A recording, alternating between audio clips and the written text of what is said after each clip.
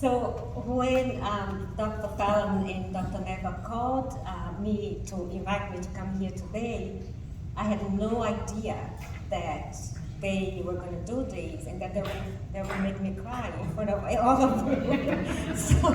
So good job, guys, for making me cry. But so we flew, my husband and I now live in Chapel Hill, and we flew to Phoenix yesterday. And during the flight, I was trying to remember this very first one that was in 2006. And I remember when I started helping organize this in 2006, I had two important goals in mind. The first one was I need to bring a great group of speakers to Phoenix. And the second one was one of them must be a woman. So I trained with Gene Schiff, and he has been always an amazing mentor and supporter. So I called him and he said, of course I'll be there, Esther, in his good Gene supporting role. And I said, one more thing. I am going to invite Dr. Madrid. Could you please give him a call and encourage him to say yes also? So right there and then I guaranteed two great speakers.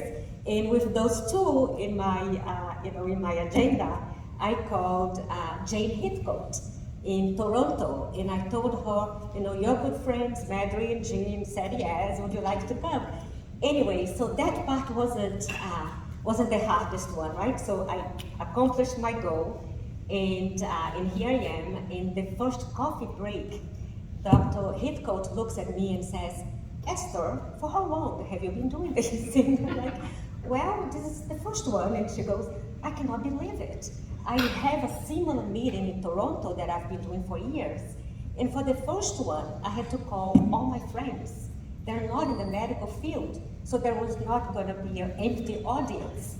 How could you put all these people together here today? So I told her, well, not a lot of cities in North America having this beautiful weather in the middle of the winter. It was back in November, I guess. And the second reason is the Brazilian way, but this one I'm not disclosing. I'm gonna keep this for myself. But the truth is I was wrong, right? So here we are, Dr. Neva and Dr. Fallon do not know the Brazilian way, and the room is full, and there's another great group of speakers, and this is unbelievable. And there's no doubt that to have people like Catherine Crippen behind the scenes is a big reason why this is a success. And there's no doubt that the work of the organizers is also super important. But I believe that most of the success of this meeting is all of you. It's the community that we have here in Phoenix that is very committed to provide the patients we all take care of, in my case used to, with the best care. So the reason everybody comes here, in addition to learn from this amazing group of speakers, is to get to know each other.